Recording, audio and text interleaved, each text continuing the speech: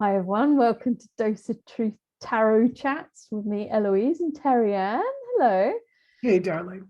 So we're going through this journey of the majority of cards in the spread being something specific. We've done the cups, we've done the swords. If you haven't seen those videos, go and check them out.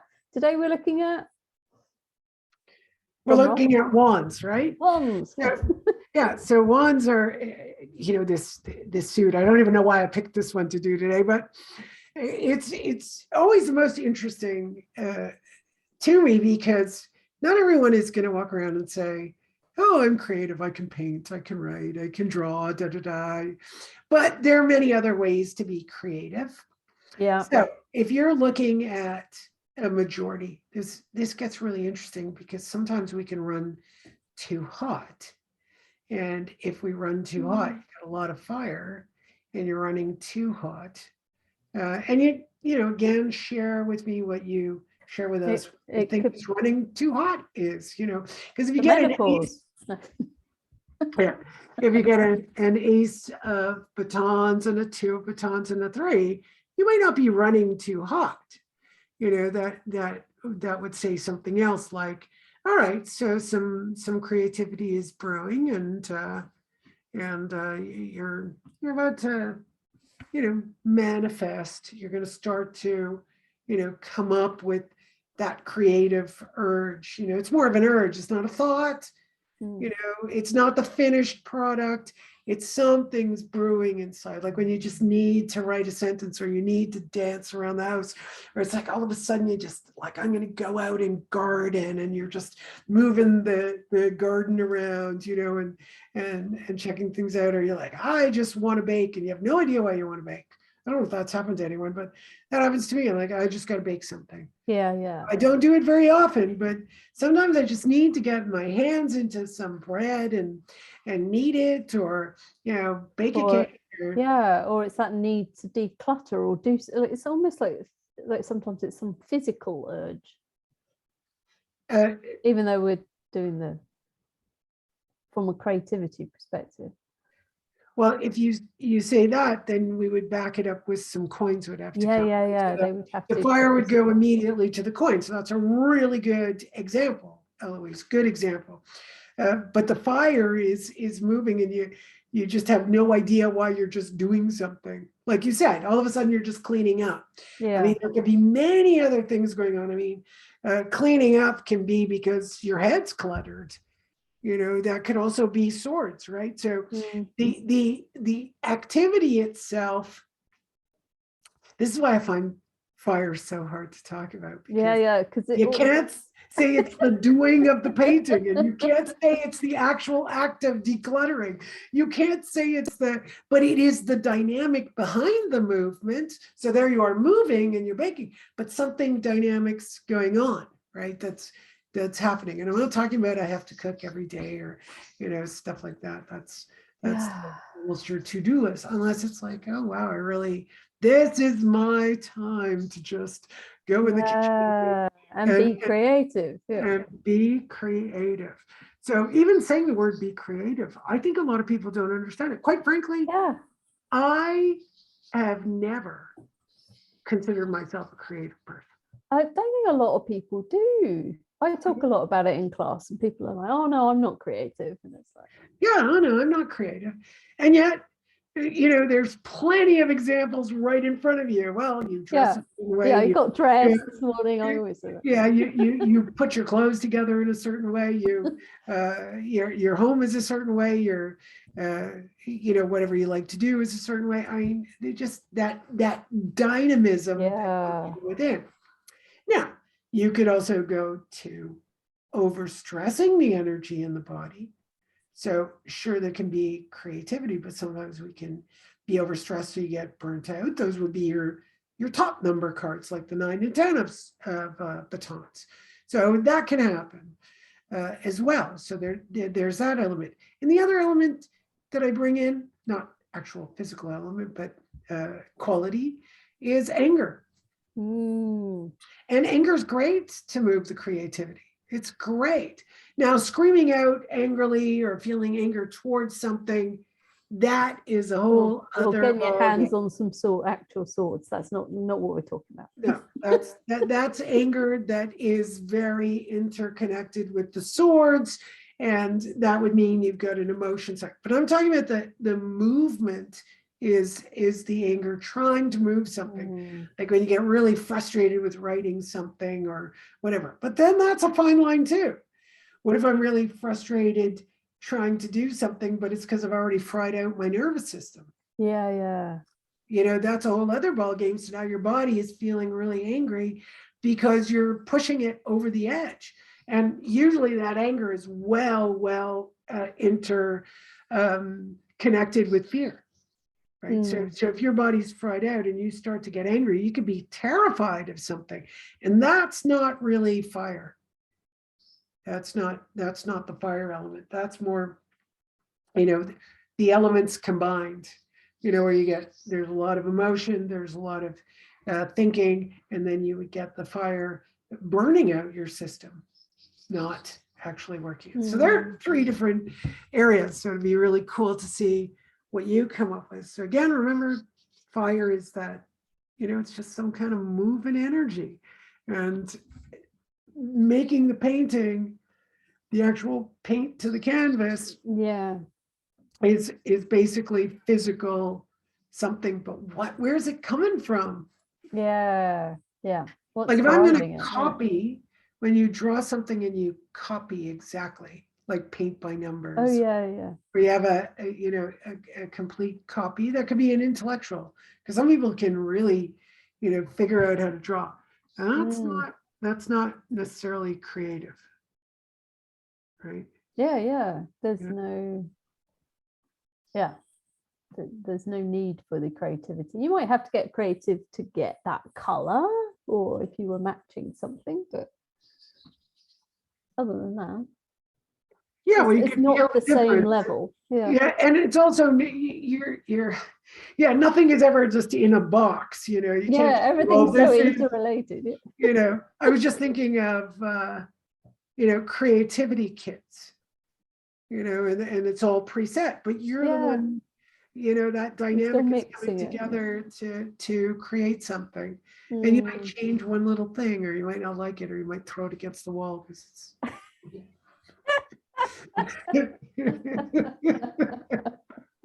I'm just randomly thinking back to when I did art at school, and we'd get a painting and we try and copy it, like, just, you know, but there was a creativity there in trying to work out how they did it and how they got those marks on the paper, and I learned so much about, like, my potential of being an artist through doing those exercises. It's really interesting. No, it is. It truly is. It truly is. Yeah. Really even just there's this book called Drawing on the Right Side. Really good book if you're interested in drawing and you go and play with it. I never got to the end of it, but you know, time became more crunched at that point. But I did work with it for quite a while. And one of the things that was so cool, they have this drawing of this guy on a horse, a knight on a horse, and you're supposed to turn it upside down and draw it.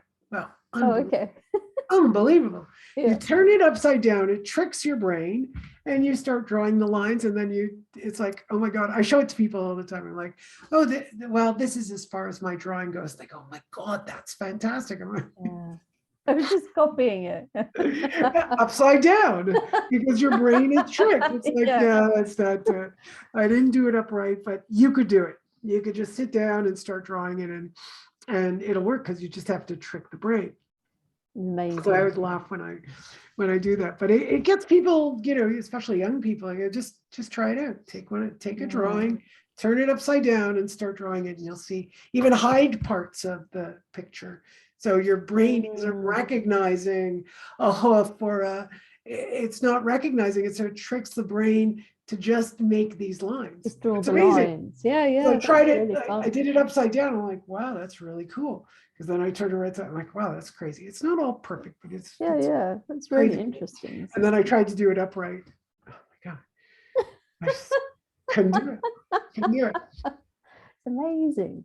And then, of course, then it takes practice so that your brain starts shifting. Because I found it really interesting that artists can see in 2 dimensions. That's why they can draw so readily. You know, I don't know if they switch back and forth, but they're very good at being flat, you know.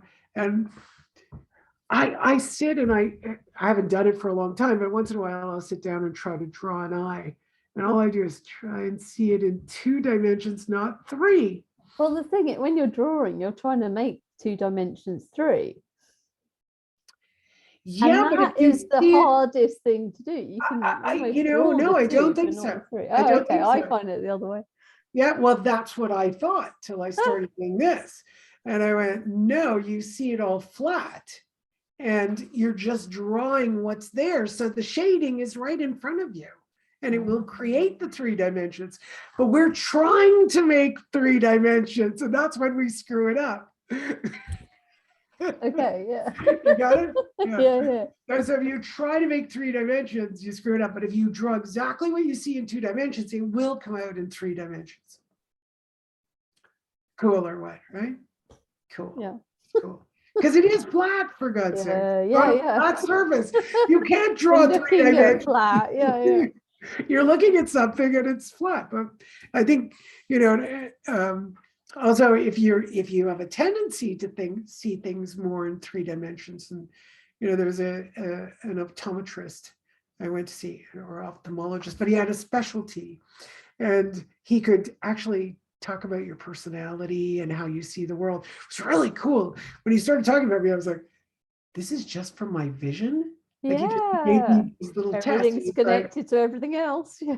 Oh, it's so cool, so cool. And he's like, he said, you're in the top percentages of people who see 3 dimensions. That actually, I've never seen anybody see 3-dimensional so fast. And I was like, really? And what really fascinated me is people don't. And he's like, no, people just see in 2 dimensions. Now I'm thinking, those posters you used to have where you could switch to be able to see the 3 dimensions on the 2-dimensional page. I used to find that so easy.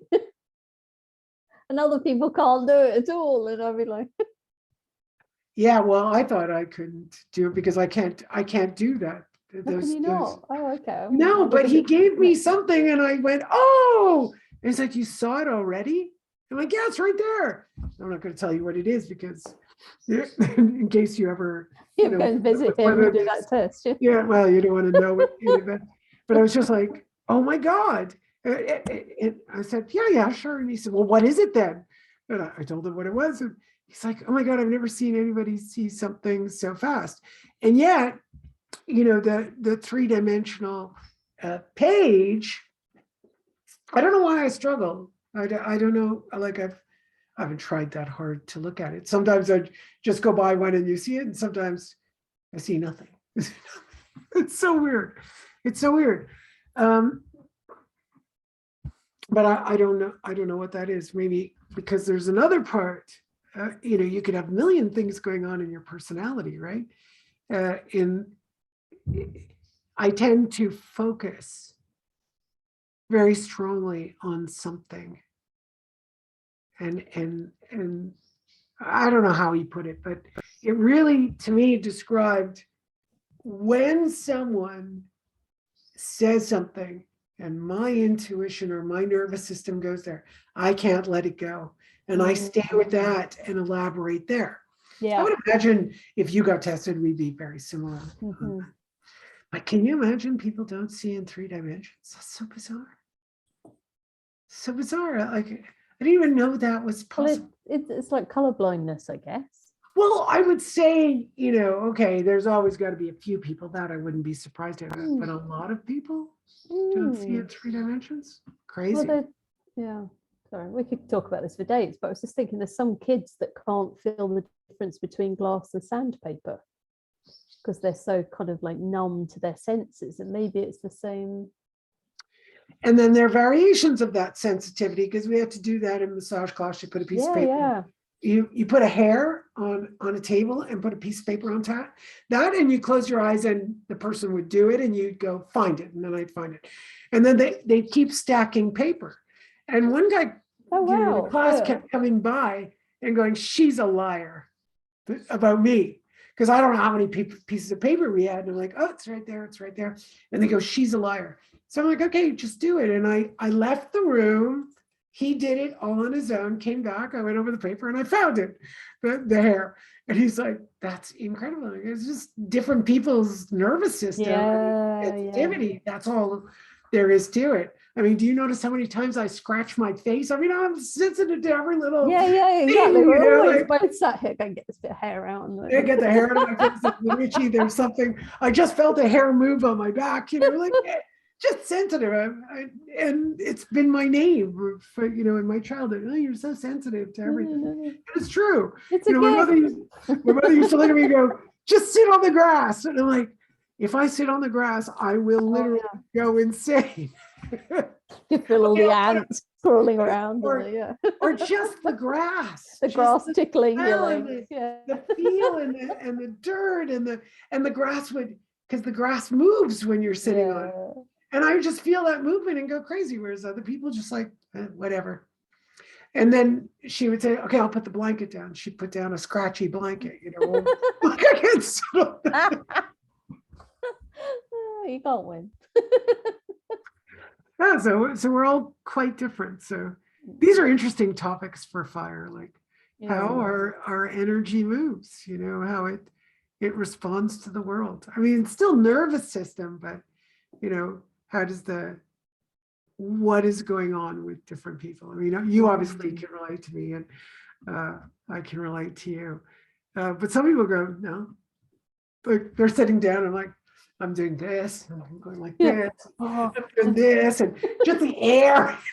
And I'm like, aren't you going crazy? And they're like, from what? I'm like itchy everywhere. And they're like, no. I'm like, I need to go in the water. I need to just be underwater. It's so funny. And I'm like, wow. You know, on one side I go, I wish I was like them, not so itchy, but you know, on the other hand, I'd have it that way. I could have been an accountant, you know. Well, I feel for people who are like us and they have an office job, you know, and they're stuck under fluorescent lighting, or I don't know if they still have that, but I can't stand these new eco light bulbs. Oh my God. I'm like, what are they called? How? I don't know, whatever they are. LED lights. Yeah, LED lights. I cannot stand them. They drive me up the wall. Like I turn the one on in my hallway, and I know by the time I'm walking in the dark to the top of the stairs, it might come on before I walk down the stairs. I'm like, this is really helpful. Ours work really well because my husband does all of the fixing up of the wiring, and he made such a great one. You walk down to the basement and bing, it goes on. I love it. So and you Europeans have that a lot. We don't have that here in North America. This on or off, they just stay on. They're central control. But Jimmy decided. Yeah, every single light's got a different.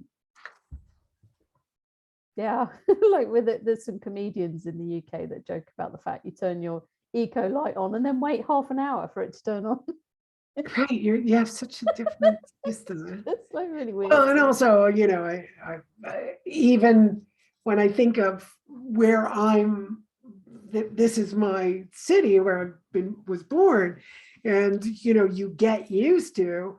We have hydropower.